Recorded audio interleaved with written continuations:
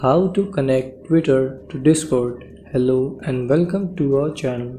In this tutorial, I'm going to show you how you can easily connect Twitter to your Discord.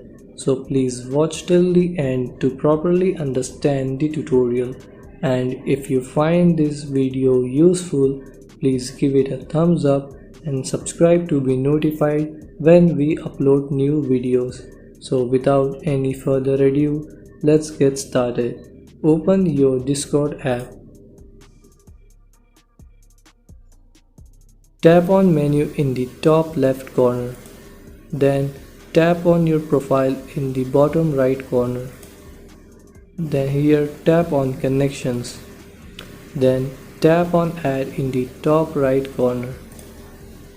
Scroll down and tap on Twitter. Here, enter your Twitter username or email and password and tap on Authorize app. Your Twitter and Discord is now connected. So this is how you can connect Twitter to your Discord. Thanks for watching.